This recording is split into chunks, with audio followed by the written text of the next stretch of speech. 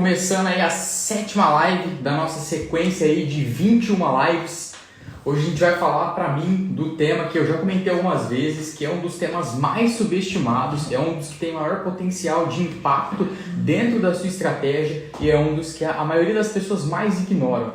Por isso eu já coloco aqui duas coisas que eu queria adiantar para você que está chegando agora, que é o seguinte. Primeiro, é o seu potencial, um dos potenciais mais altos de você se diferenciar da concorrência e conseguir obter maiores resultados. E segundo, para mim, em um dos últimos projetos que eu trabalhei, o que eu vou ensinar aqui para vocês hoje, que eu mudei, só de mudar essa única coisa, manter o mesmo lançamento digital, o que aconteceu? A gente saltou de um resultado, de um faturamento de 270 mil feito em 2016 e que não conseguia se repetir para um faturamento de mais de 330 mil em plena crise, tá? Então isso que eu vou mostrar para vocês hoje, reforçando, para mim, é uma das coisas mais subestimadas que tem. E se você aprender e conseguir encaixar isso daí no seu processo, você vai ter a oportunidade de realmente transformar os resultados que você tem hoje.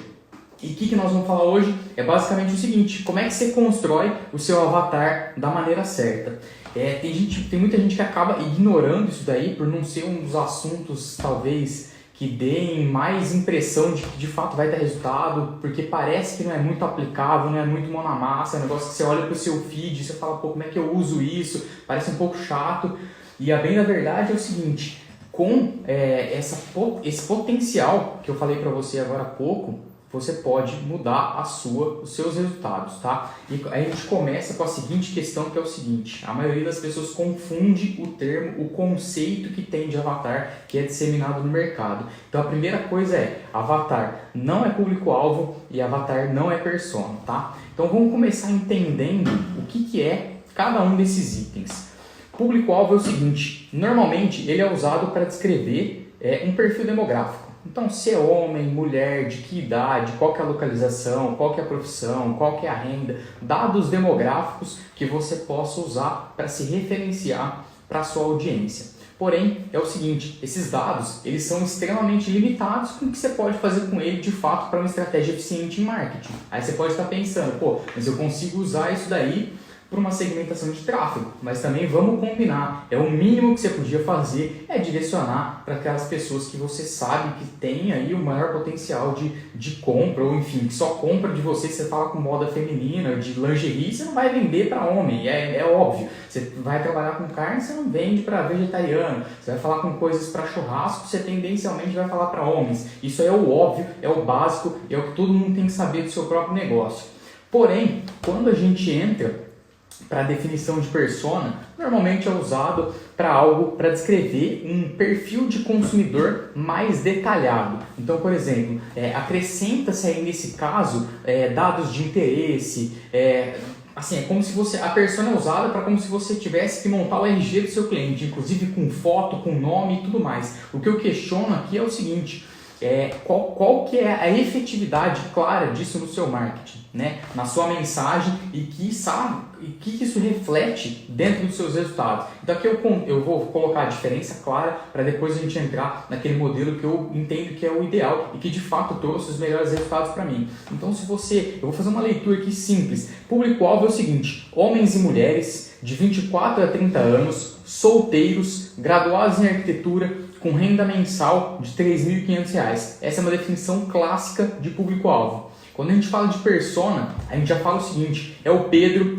ele tem 26 anos, arquiteto, recém-formado e autônomo. Ele pensa em se desenvolver profissionalmente através de um mestrado fora do país, adora viajar, é solteiro, etc. Então você vê que é uma composição, uma definição que é muito mais completa em termos de personalidade mesmo. É daí que vem a persona, vem do termo personalidade, você descrever qual que é o comportamento do seu público-alvo no caso. Então seria o segundo degrau aí. E aí, se avatar não é nem persona e nem público-alvo, que raios é avatar? Então basicamente é o seguinte: para mim, a melhor definição de avatar é você entender quais são as dores e as aspirações, tá? Algumas pessoas vão confundir, vão usar o avatar como persona, mas se você entender que avatar são as dores e as aspirações, você pode jogar todo o resto fora e se concentrar só nesses detalhes, porque é a partir daí que a gente vai desmembrar e vai conseguir colher os melhores resultados dentro da sua estratégia de vendas e dentro da sua produção de conteúdo. E aí o que você tem que fazer é o seguinte, responder essas duas perguntas. Quais são as principais fontes de dor do seu avatar, ou seja, algumas coisas derivadas daí, o que dá medo ou o que tira o sono dele. E em segundo, quais são as aspirações que ele tem, ou o que ele deseja se tornar, quem que é o ídolo dele, quem que dentro do seu mercado, no nicho que você atua, quem que é a figura principal que ele se referencia, tá? E aí é o seguinte, você precisa fazer, listar 10 respostas para essas perguntas. Tem que ser respostas diferentes, porque elas vão representar características diferentes do seu avatar e vão te dar a possibilidade de entender com mais clareza e tirar ações em cima disso. Não adianta você pegar a primeira coisa que vem na sua cabeça ou que você acha que sabe e colocar lá. Não, você vai precisar exercitar isso. E aí quando eu digo no mínimo 10, é porque é no mínimo mesmo. Ou seja, já começa a pensar daí o quanto de tempo que você vai investir nisso pelo seguinte, se você trabalhar com o mínimo, você vai ter o mínimo de resultado. Então, se você quiser ter mais resultado que a média, você precisa fazer acima da média. E aí, uma coisa que pode estar surgindo, caso você esteja começando do absoluto zero, eu estou começando do zero total, eu não tenho nada, eu só sei definir o meu nicho, aquilo que eu faço, que eu gosto de fazer, que eu quero passar para as pessoas. Como é que eu faço? E aí, eu te sugiro o seguinte, primeiro, você vai supor e depois você vai validar ou não, que é basicamente o que eu vou apresentar mais para frente, que é a estratégia dos 2 S's, que é exatamente isso. E se você está começando, se você não está começando, você já vende, já tem o seu negócio rodando, seu público já está aí, você já publica conteúdo, já está construindo a sua audiência, o que você tem que fazer? Entrevistar a sua audiência. Só que primeiro, eu te sugiro que você faça o seguinte, simule como se você estivesse começando do zero. Então, o que você vai fazer? Você vai fazer a mesma coisa que quem está começando do zero. Você vai supor, você vai trabalhar com informações que você não vai colher da fonte do seu público-alvo. Você vai chegar, vai montar lá um checklist, um bloco de notas, vai anotar a sua agenda, vai ver como é que fica melhor para você organizar isso, mas você vai tirar da sua cabeça e vai colocar isso daí no papel. Por quê? Porque você vai ver que no segundo momento, quando a gente partir para a prática e extrair essas informações do seu avatar, você vai conseguir comparar. Por que a maioria das pessoas não dá tanta importância para montar o avatar do jeito certo? Pelo seguinte, primeiro, ela acha que não dá resultado e ela acha que se ela tem um negócio rodando, às vezes há 2, 3, 5, 10 anos, que ela já conhece tudo sobre o público-alvo e que ela não precisa mudar absolutamente nada. E aqui eu quero colocar um dos primeiros pontos, que é o seguinte, o comportamento da sua audiência muda o tempo todo. Por exemplo, nós estamos num momento de quarentena que a gente não pode sair de casa. A gente tem, com certeza absoluta, uma infinidade de hábitos diferentes que estão sendo construídos e que mesmo depois da crise, a sua audiência não vai voltar 100%. Muita gente que não tinha confiança de comprar pela internet, de fazer seus pedidos aí online, como acontece com a audiência mais velha, vai passar a consumir isso. E a mesma coisa acontece o seguinte, quando você leva muita gente, você obriga muita gente a estar no celular, o que você acabou de fazer? Você antecipou anos de maturidade digital que o mercado brasileiro levaria e você encurta esse período, você achata. Então, em coisa de 30, 60, 90 dias, a gente ganhou uma maturidade digital gigantesca. Existe um movimento, uma migração que está acontecendo muito forte, dezenas de páginas de pessoas tentando conseguir renda extra, tentando levar a sua empresa pela internet, porque simplesmente elas estão impossibilitadas de trabalhar com o físico, tá? Então a gente vai ver exatamente como é que você faz isso. Você vai listar da sua cabeça e depois você vai entrevistar a sua audiência, tá? Então recapitulando, o que a gente viu até aqui? Primeiro, avatar não é público-alvo nem persona. E você só precisa fazer 2 perguntas. Você precisa conhecer as dores e as aspirações dos seus públicos. Então, o que incomoda a ponto de tirar o sono dele e aonde que ele quer chegar? Você respondendo as 2 perguntas, você vai ver mais pra frente na prática como é que você aplica isso para colher resultados efetivos, tá? E aí você deve estar se perguntando, para que serve isso? E eu te coloco o seguinte raciocínio. A maioria das pessoas aqui hoje está em 2 situações. Uma delas não sabe que isso existe, então a pessoa já até ouviu falar, mas não sabe muito bem como é que usa, como que aplica, para que serve. e aquilo fica de escanteio, ela não vai usar aquilo jamais, ela vai tocar o negócio dela como ela sempre tocou, e se ela sobreviveu no mercado aí há 5 anos, ela vai continuar se arrastando e tendo os mesmos resultados. E aí você tem o segundo grupo de pessoas que sabe que isso existe, mas não usa, simplesmente ignora. O cara sabe que a Avatar está lá, mas ele não sabe direito como usar, ou então ele vai tocando a estratégia dele porque ele acha que desenvolver um processo de vendas, uma nova oferta, um novo produto é muito mais importante do que conhecer o próprio público, tá? Só que aí é o seguinte, o ponto claro é, se 90% das pessoas estão cometendo esses erros, você tem uma vantagem competitiva clara. E hoje eu vou te ensinar exatamente como é que você faz para utilizar essa vantagem competitiva a seu favor, tá? E aí, aqui a gente vai dando sequência no conteúdo, que é o seguinte, o que você precisa saber sobre o seu avatar? Dores e aspirações. Ponto seguinte é, como é que você descobre tudo isso, tá? E aí eu quero sugerir alguns passos, que é o seguinte, se você já tem um negócio rodando, o que você vai fazer? Você vai selecionar os seus melhores clientes. O que são os seus melhores clientes? Vai variar esse volume de acordo com quantos clientes você já tem. Se você já tem 10 clientes é uma coisa, se você tem 1000 é outra, se você já tem 10.000 clientes é outra coisa. Mas eu sugiro que você, com maior volume, limite-se a 5, no máximo 10% dos seus clientes. Por quê? Porque se você parte para essa seleção de melhores clientes, você já começa a direcionar a estratégia para aqueles perfis que são de fato os melhores clientes que compram de você, para que você consiga replicar, multiplicar isso, atrair mais desses melhores clientes, tá? Essa é a primeira coisa que você precisa ter em mente se você já tem um negócio rodando. Segundo ponto, você vai marcar um café ou uma call. Nós estamos num momento de quarentena, mais difícil de reunir, mas tendo a possibilidade, ou se você trabalha com negócio local, procura sentar com o seu cliente e eu já vou te dizer daqui a pouco exatamente o passo a passo, as perguntas que você precisa fazer, como é que você tem que conduzir essa entrevista, e é para ser de uma maneira simples. E aqui que você já começa a separar aqueles que vão ter mais resultado dos que têm menos resultado. Por quê? Porque a maioria das pessoas quer uma ferramentinha, quer um jeitinho, quer um jeito mais fácil de fazer isso para evitar a todo custo sentar com o cliente ou entrevistar aquele cliente e extrair aquilo que precisa, tá? Então, próximo passo. Pesquisa com o resto da sua base. Uma vez que você conduziu um processo de entrevista com seus melhores clientes, você vai fazer isso para o restante da sua base. Por quê? Porque você não pode ignorar aquilo que está lá. Já é uma base que seja de clientes ou de lista, e você precisa também ter ações específicas, saber o que fazer com ela, para que, claro, você não jogue o investimento que você teve de anos ou de meses construindo uma lista ou uma cartela de clientes simplesmente fora, joga de lado e usa só aqueles 10% que a gente falou anteriormente.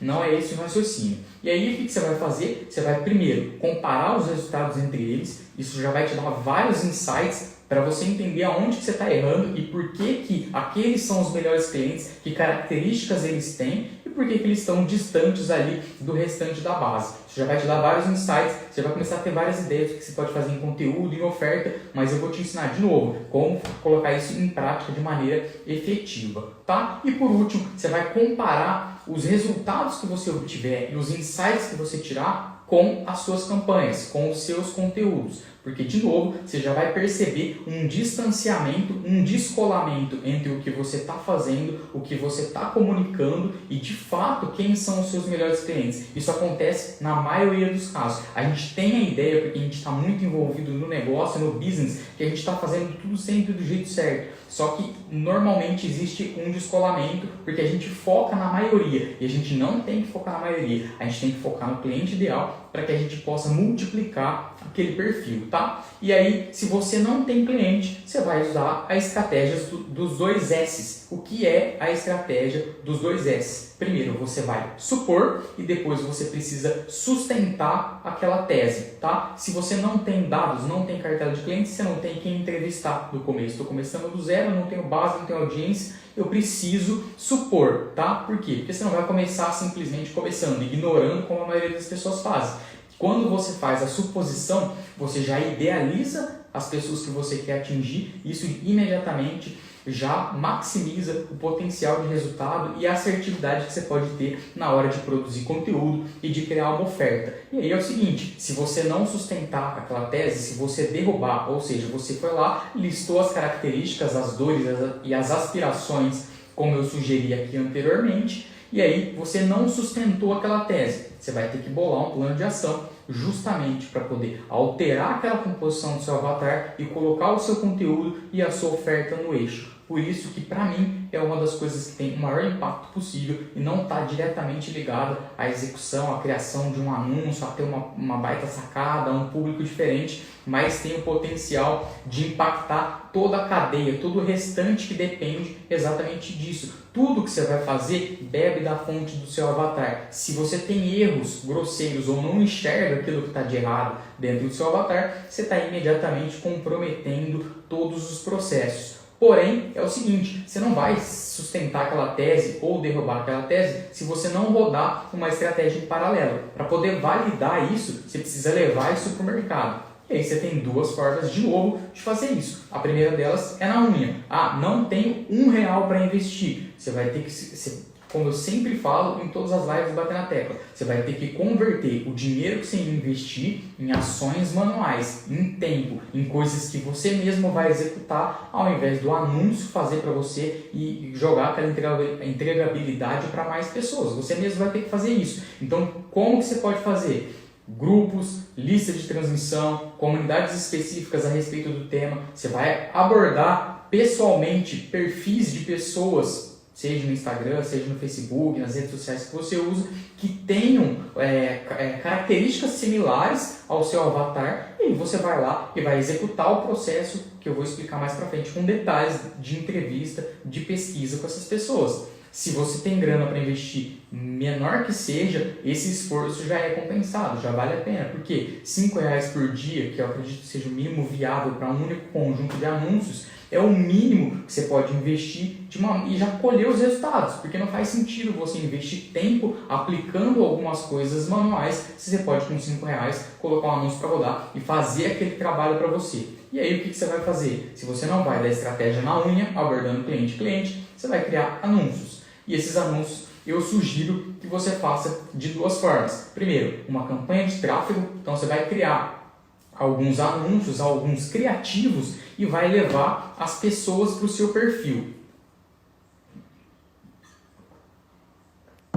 Por quê? Você precisa de um fluxo de pessoas visitando o seu perfil no Instagram, o seu perfil no seu Facebook o tempo todo, para que você consiga executar com maestria aquilo que eu vou te ensinar logo em seguida. E segundo, você vai fazer uma campanha de captação de leads, porque você vai conseguir executar alguns processos de pesquisa, de conversa com ele, sem precisar colocar a mão no bolso o tempo todo. Então, se possível, faça esses dois tipos de campanha. Campanha de tráfego, levando as pessoas para o seu perfil.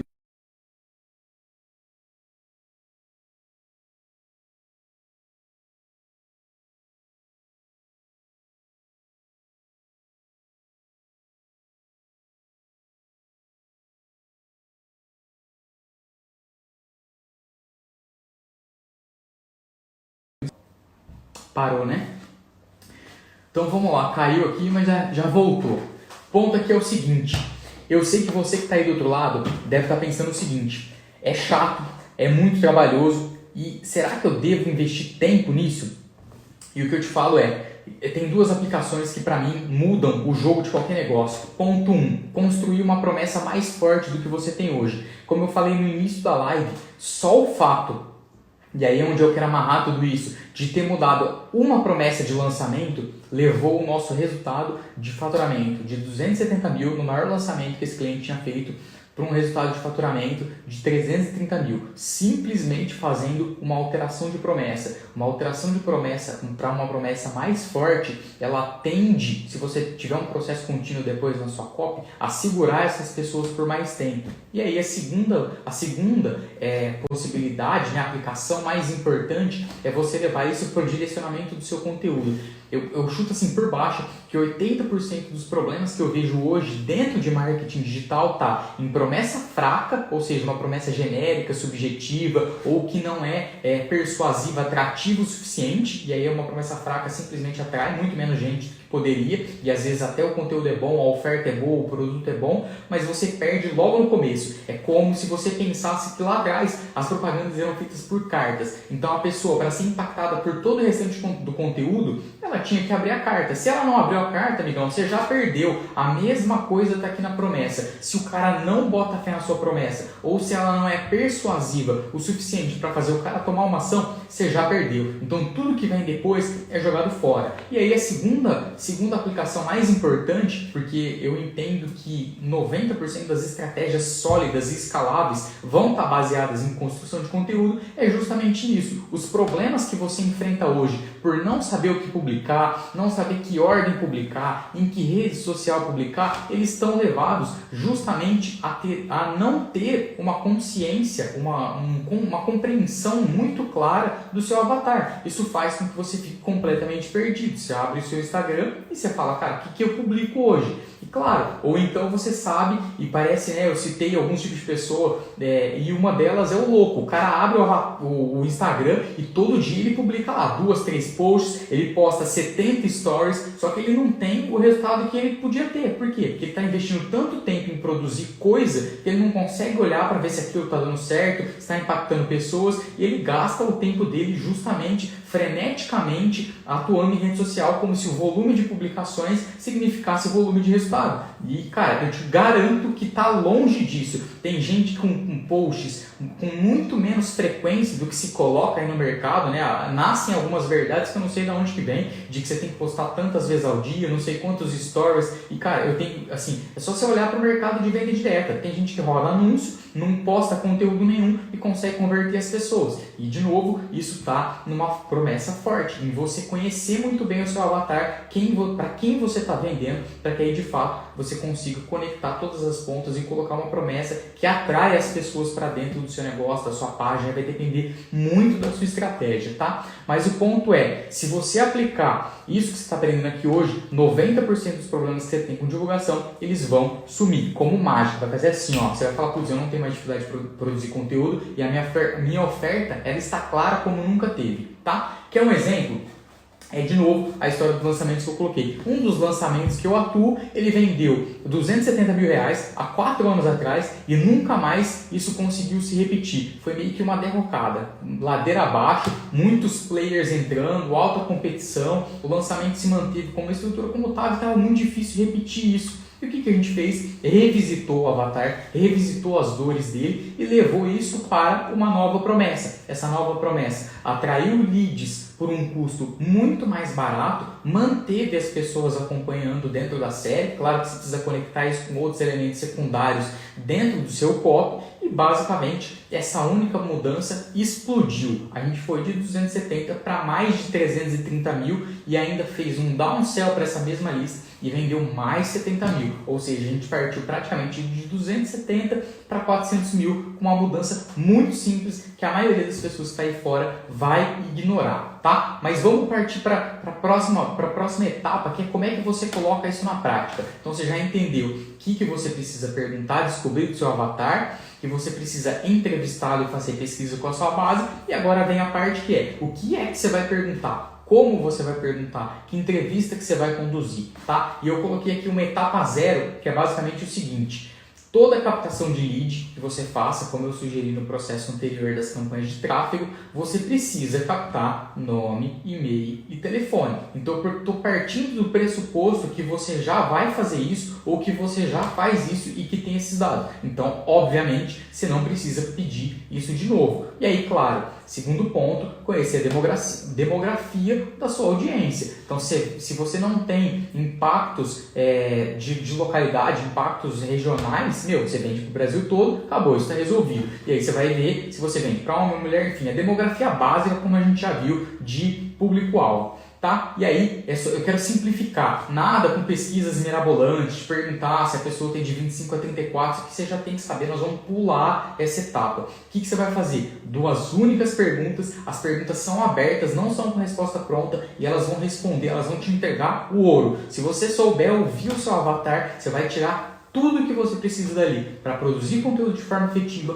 e para fazer a oferta certa para sua audiência. E que perguntas são essas, tá? Primeira pergunta. Qual a sua maior dificuldade em? tá? Então, e aí você coloca o seu nicho.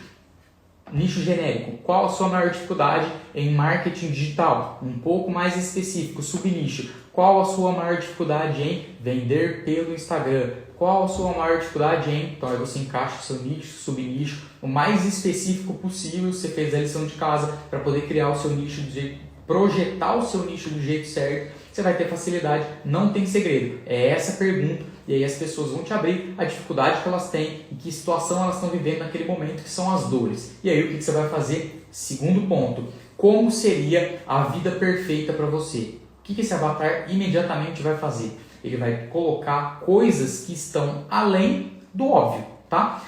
Uma das maiores objeções que surgem em qualquer tipo de oferta digital é relacionada a dinheiro. O avatar fala, fica para a próxima vez, porque eu não tenho dinheiro para bancar. E essa é a resposta superficial, tá? 99% dos casos, se não 100%, ele não está relacionado a não ter dinheiro. Está relacionado à prioridade. Está relacionado a você colocar a oferta correta, a cutucar a ferida, a mostrar que o seu avatar tem um problema para fazer ele tomar uma ação. Então, assim, quando você faz uma pergunta como essa, você vai tirar a parte subjetiva e isso vai dar um nível de comunicação infinitamente maior. Você vai levar a sua comunicação para um outro nível. Por quê? Porque, de novo, assim como a objeção, a maioria das pessoas vão parar na resposta do dinheiro. E quando você faz uma pergunta um pouco aberta, e você vai exercitar a mente do seu avatar para entregar aquilo.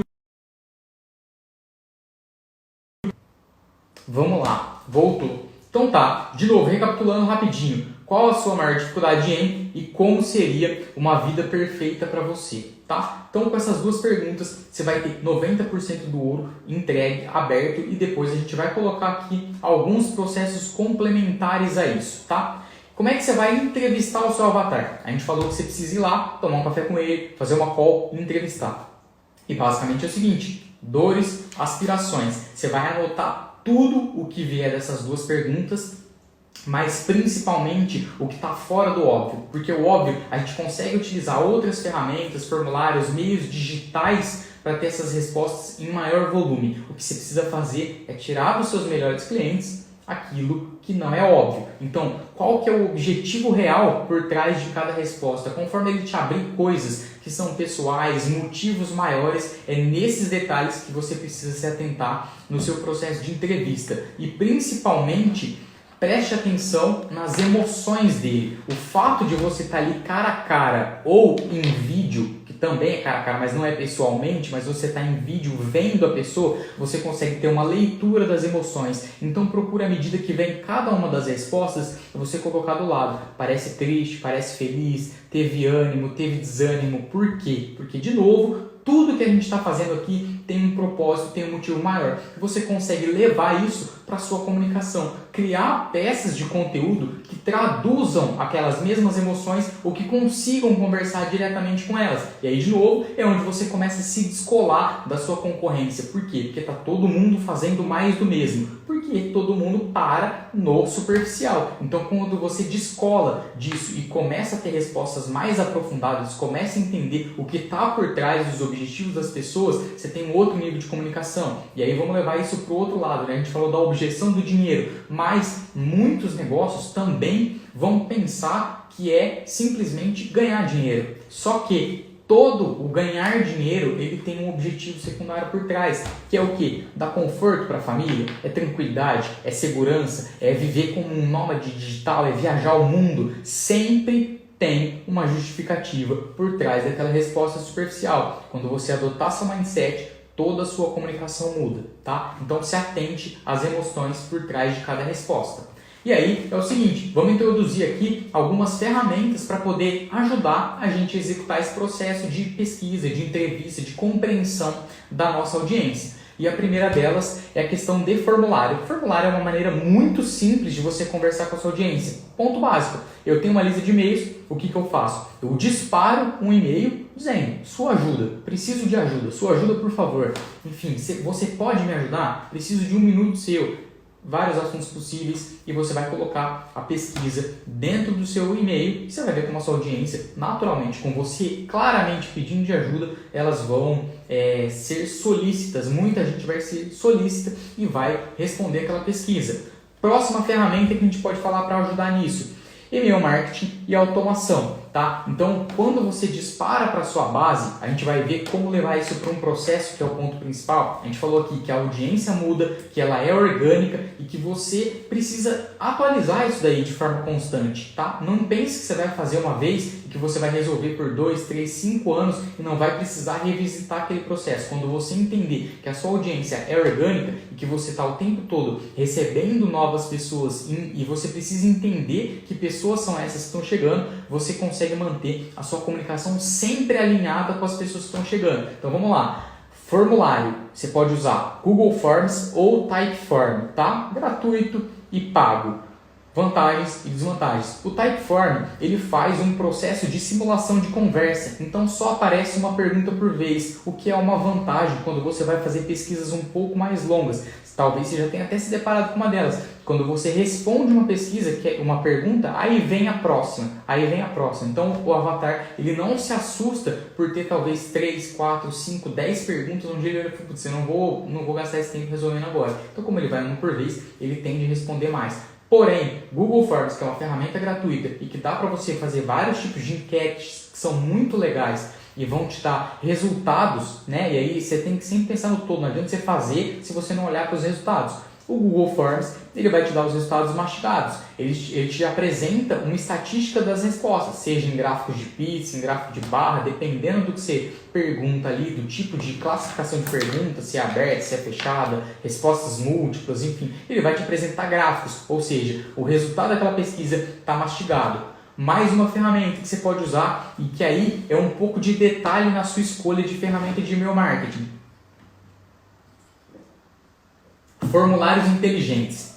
Se você nunca viu isso funcionando, o que acontece? Você vai fazer, vamos supor que você precise responder 20 perguntas do seu avatar. Você imagina colocar um formulário com tudo isso. A maioria das pessoas, principalmente se o cadastro dela for para entrar na sua base, não vai responder. Você vai ter uma taxa de conversão que é infinitamente mais baixa. Com formulários inteligentes, o que você faz? Você vai criar um formulário com 20 campos e em cada ponto de contato, o formulário inteligente vai apresentar perguntas diferentes. Ou seja, se você oferece vários pontos para que as pessoas se cadastrem nos seus materiais, baixem recompensas, agora é uma videoaula, é um mini curso, é uma planilha, é um e-book, enfim, você oferece processos onde o seu avatar pode se inscrever para baixar material. O formulário, ele faz essa arquitetura de apresentar determinados campos, ou seja, ao longo de baixar vários materiais, o avatar vai acabar respondendo só uma ou duas ou três perguntas, você tem condição de definir isso, e no final das contas ele acabou respondendo as 20 perguntas que você teria dificuldade de coletar num formulário extenso com tantas perguntas, tá? Então, é uma baita de uma ferramenta. Se você tiver condição de avaliar se a sua ferramenta de e-mail marketing conta com formulários inteligentes, para mim foi um game changer quando você tem muitos pontos de contato com a sua audiência. Outro ponto, caixinha de perguntas, tá? Vai lá, stories. Aí você tem que ter o hábito ou exercitar ou criar esse hábito de postar stories. Posta um conteúdo, abre uma caixinha. Posta conteúdo, abre uma caixinha. Posta conteúdo, abre uma enquete, tá? A gente vai falar aqui de enquetes quentes. Mas, caixinha de pergunta é legal por quê? Porque é uma caixa aberta. A pessoa pode escrever o que ela quiser, tá?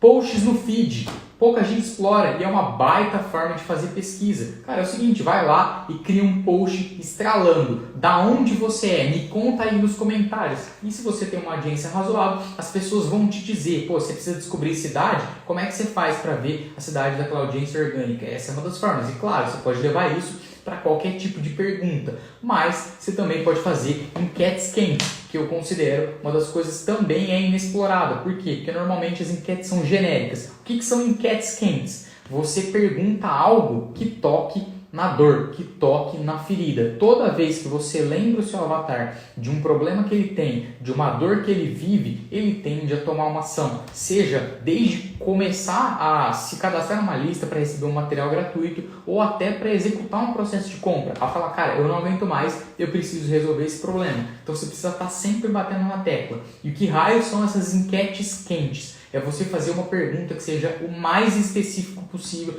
como se a resposta fosse induzida. É como se ele mesmo tivesse, pô, eu tenho esse problema. Ele vai vender a ideia para ele mesmo. Ele vai responder sabendo que ele tem aquela dor, que ele tem aquele problema. Então você começa a sua pergunta com coisas do tipo: você faz tal e tal coisa? Você usa tal e tal ferramenta? Você sabe como tal e tal coisa? E aí a resposta, nesse caso, não é caixinha de perguntas, é sim ou não. E aí, imediatamente, o que você faz? Você cria um próximo stories sequenciado a esse, entregando a resposta. Um vídeo seu, um post que você produziu, uma mensagem em texto, enfim, entrega a resposta. O que você acabou de fazer? Cutucar a ferida e entregar uma solução. Cutucar a ferida e entregar uma solução. Normalmente, essa resposta que você dá, ela resolve um problema, ela complementa aquela ideia inicial de dor que o avatar tinha, só que ela não resolve 100%. Por quê? Porque muitas das dores que o seu público tem, ele não vai resolver sozinho, ele não quer resolver sozinho, ele tem um business para tocar, ele tem uma vida pessoal para acontecer e ele não vai ter tempo. E aí é que entra o seu produto, a sua mentoria, a sua consultoria, enfim, tudo aquilo que você vende para ajudar o seu prospecto a resolver aquele problema. E aí eu queria colocar alguns erros comuns. Primeiro erro comum, usar a lei dos 5 segundos. Sabe quando você derruba um salgadinho no chão e você fala, pô, não caiu 5 segundos aqui, você pega e come? É isso, as pessoas tratam o avatar desse jeito. O cara não quer perder 5 segundos. Ele vê aquelas perguntinhas lá, coloca o que vem na mente dele, entrevista uma pessoa em vez de entrevistar 10, 20, 30. Por quê? Porque ele não quer perder tempo, ele acha que não tem resultado aquilo efetivo, que é um desperdício, né? Segundo erro comum, achar uma ferramentinha. A maioria das pessoas tenta resolver coisas que tem que ser feita por elas mesmas com ferramentinha. É uma automaçãozinha, é uma mensagenzinha automática. Cara, não tente fazer isso. Isso vai te dar anos-luz na frente da concorrência. Conhecer o seu cliente como ninguém vai te colocar numa posição que a maioria dos concorrentes não vão estar. Eu bato muito nessa tecla porque eu vi diferenças palpáveis em todos os projetos que eu apliquei isso. Não ter processos, tá? Então a sua audiência é orgânica. Tem gente que vai lá, faz todo esse processo no começo e esquece. O cara acha que nunca mais precisa fazer isso.